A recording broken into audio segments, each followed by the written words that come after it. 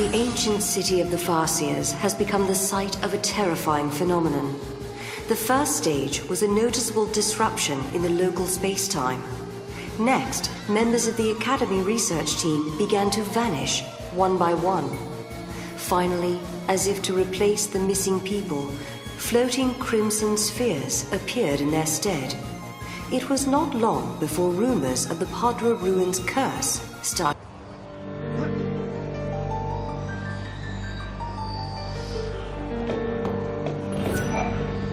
Did you come to visit the ruins? You may want to rethink your plans. The paradox effect has grown out of hand, and a large number of people have simply disappeared. Do you see the red sphere-like objects floating around everywhere? The Academy is currently attempting to analyze their properties. That said, the area is not restricted, so you're free to explore, if you dare. What if the descendants of Padra are still alive? I suppose I'd better be careful too. I won't be able to complete my thesis if I leave now. I'm not responsible for your well-being. My previous boss was transferred here from the Brescia ruins. He taught me everything I know. Unfortunately, he's no longer with us. He was a nice man, and he took care of me. He was my mentor from day one. If only he hadn't come here, he'd probably still be alive and well. Come on, Mom. Kupo!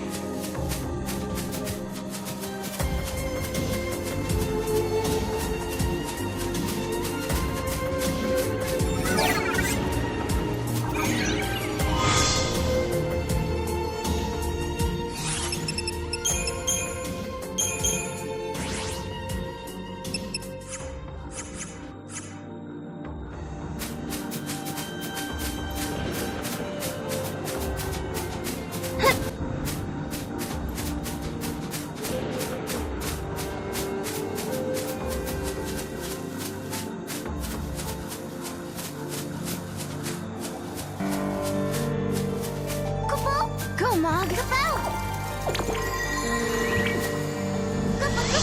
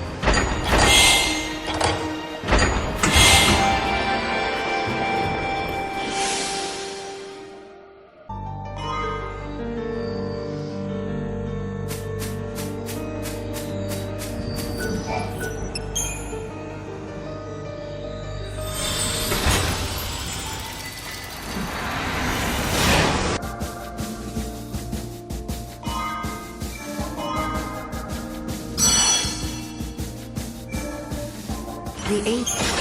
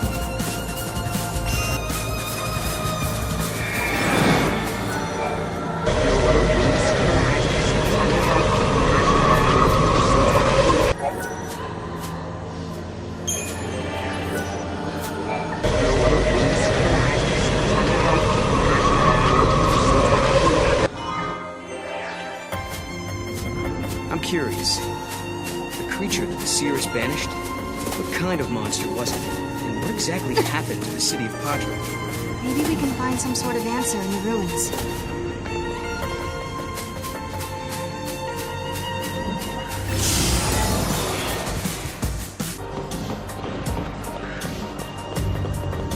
We should leave this in the hands of the military. This rift is from many centuries ago, Kubo.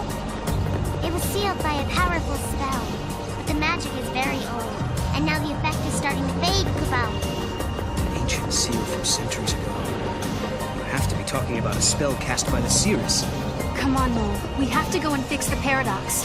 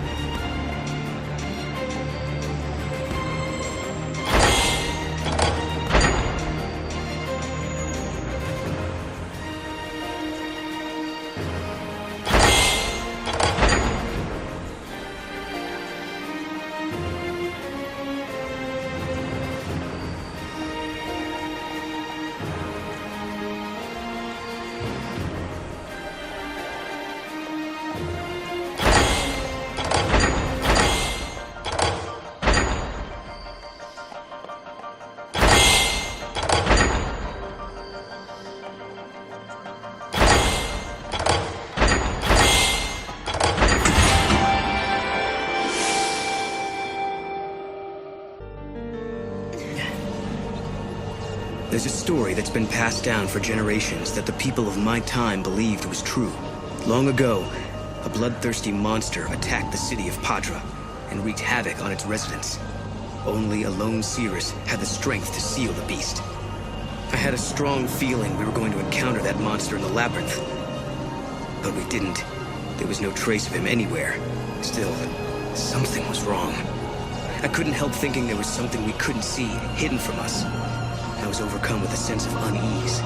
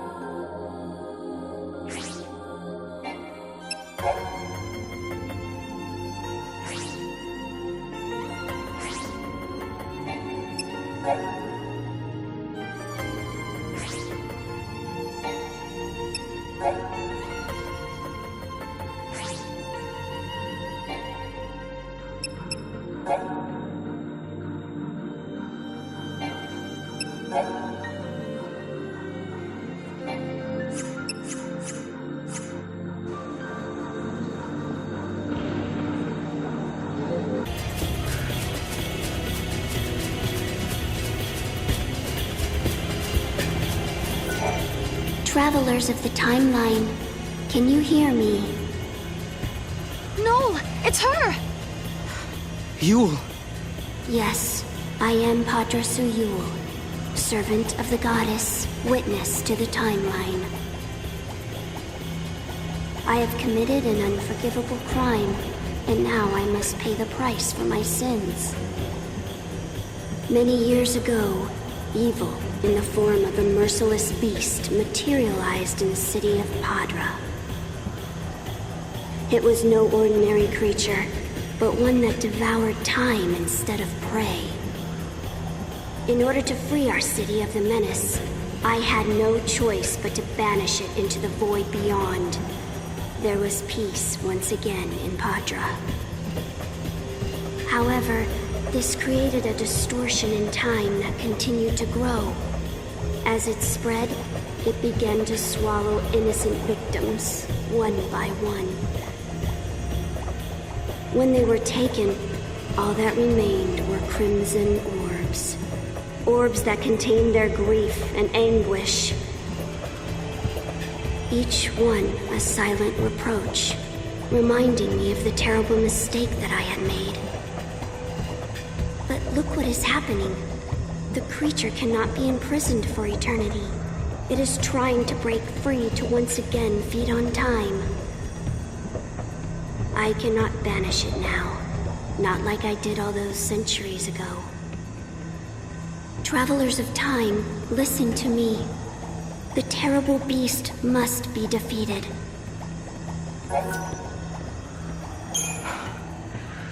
Yule. Okay, I need to sort this out. So one of the Yules from long ago caused a distortion in time to banish the monster and save the city. But then that caused another distortion. Right. And that created a paradox, which is what we're facing now. Yule knew what the future was going to bring when she made her choice. She knew she was going to cause pain and suffering for a lot of people. But she also knew that was her only choice. Her anguish remains in these ruins in the form of a ruby of grief. That's awful. Noel, we have to stop her suffering. Let's show her that she did the right thing. If we defeat the monster, we should be able to set her free.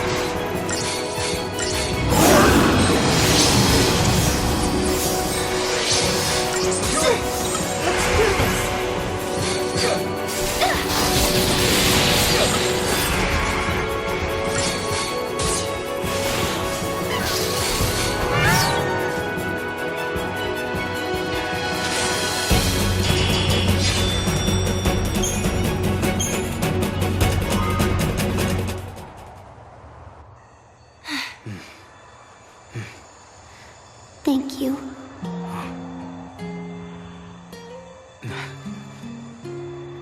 I hope we did it. I hope we were able to end her suffering. I'm sure we did. In an effort to save the people of the city, Yule broke her oath and tampered with time.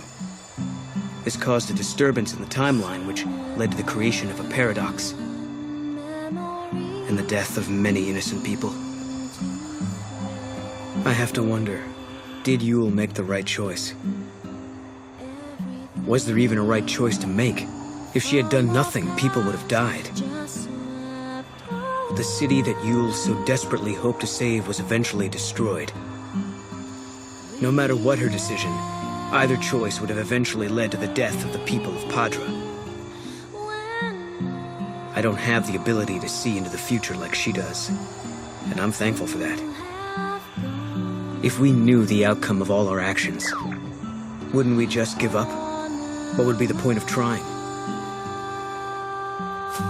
But I can't see what's going to happen. I don't have the power to know what tomorrow may bring, and that's why we can still hope and believe in the future.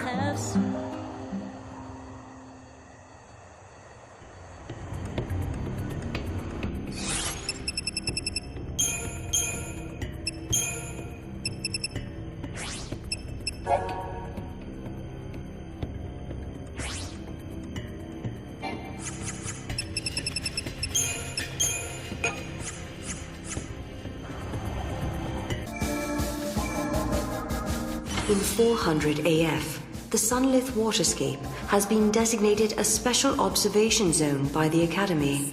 But now, strange and disturbing reports are coming from the area. The Flan that live in the forest appear to be organizing themselves, with groups of young Flan apparently taking lessons delivered by their older counterparts. The Academy research team has nicknamed the phenomenon Flan School. Quietly, the scientists continue. The Forest of Sunlith is a quiet place. I thought I heard a voice. I cocked my ear towards the wind, and through the rustling of the green leaves, I thought I heard snow. As much as I'd hoped we'd run into my hero, it wasn't him that we encountered in the forest.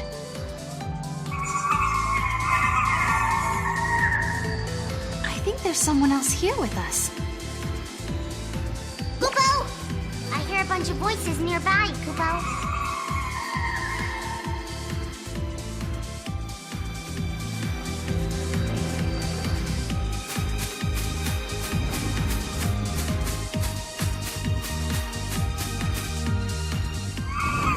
The voices we heard before belong to them, Kupo. It looks like this is some sort of gathering place for the young Flan, Kupo. I've never seen so many of them together. Looks like they're having fun. Yes, but they have troubles too, Kupo. A bunch of their friends got lost somewhere in the forest and haven't been seen since, Kupo. That's so sad. No, we should help them find their way back. I know you mean well, but aren't you forgetting something? They're monsters, and I'm a monster hunter. Can you be a monster finder instead? Just this once? Just this once. All right, come on.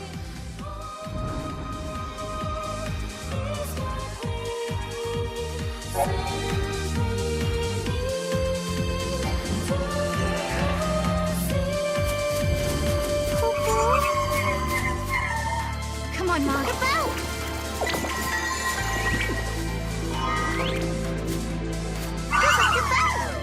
Don't get lost on your way back, Kupo.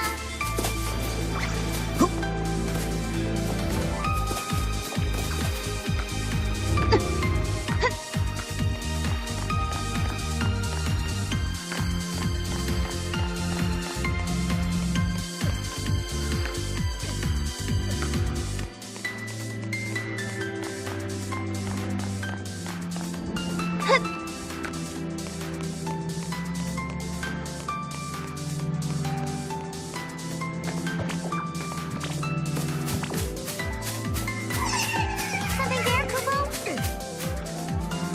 Come on, Mom. Kupo! No good, Kupo!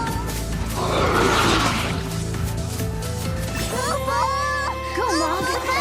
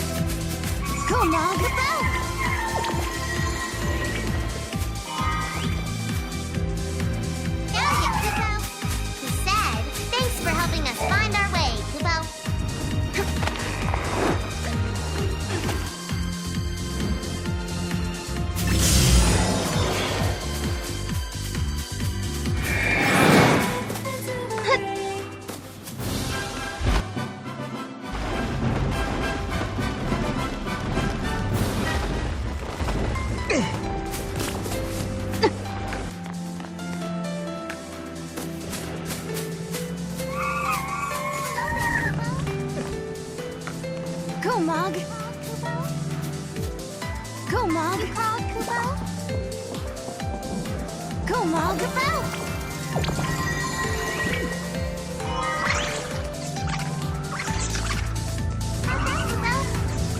He said I'll give you one of my treasures, Kupo.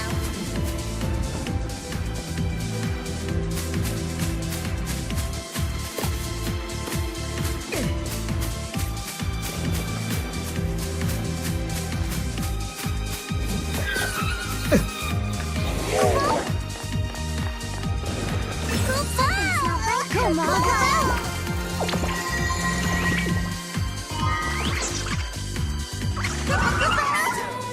don't get lost on your way back, Kupo.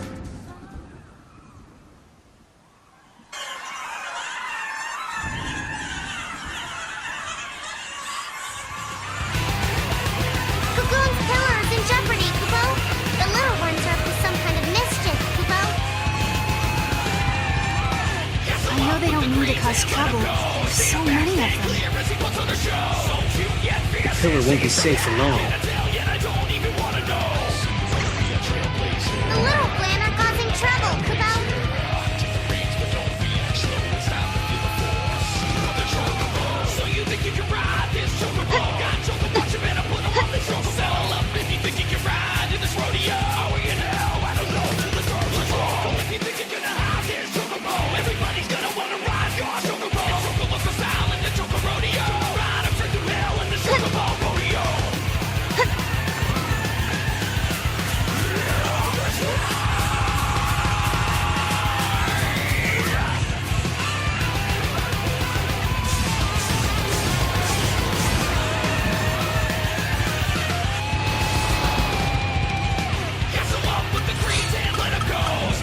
This one's mine!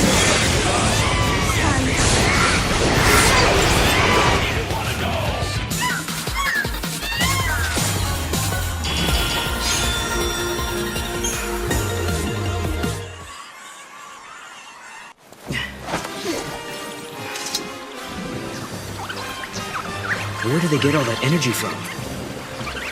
This has gone too far. That's enough! I've about had it with your mischief. You should be ashamed of yourselves for behaving like this. You should know better. Well, what do you have to say for yourselves? Nah, I don't think a good scolding is going to solve anything.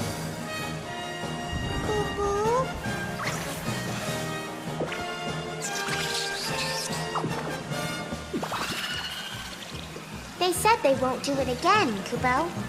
Huh? No way. They also said, she's scary. We don't want her to get mad at us again, so we'll be good from now on. Kupo. All right, that's a promise. Now it's time for all of you to go home. It was then that I remembered Sarah had been a teacher back in New Bodom, and the kids called her Meanie Miss Farron. I had completely forgotten about that until now. I'll bet she was one of those teachers that was nice when you were good, but could scare you when you weren't. As quick as lightning, she could turn from smiling angel to angry ogre. Yeah, no doubt about it. They're sisters, all right.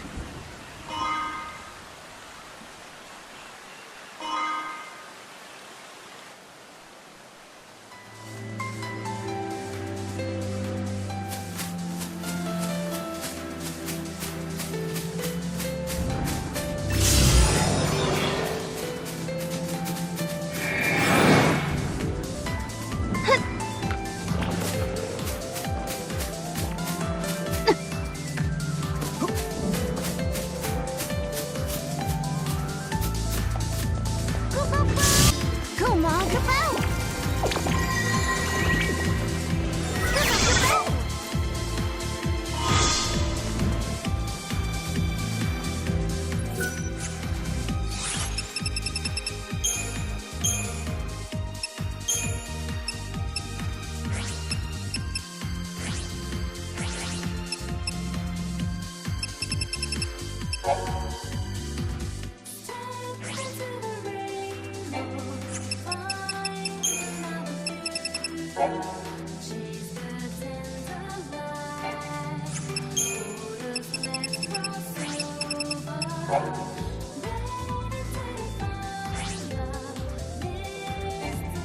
Bye.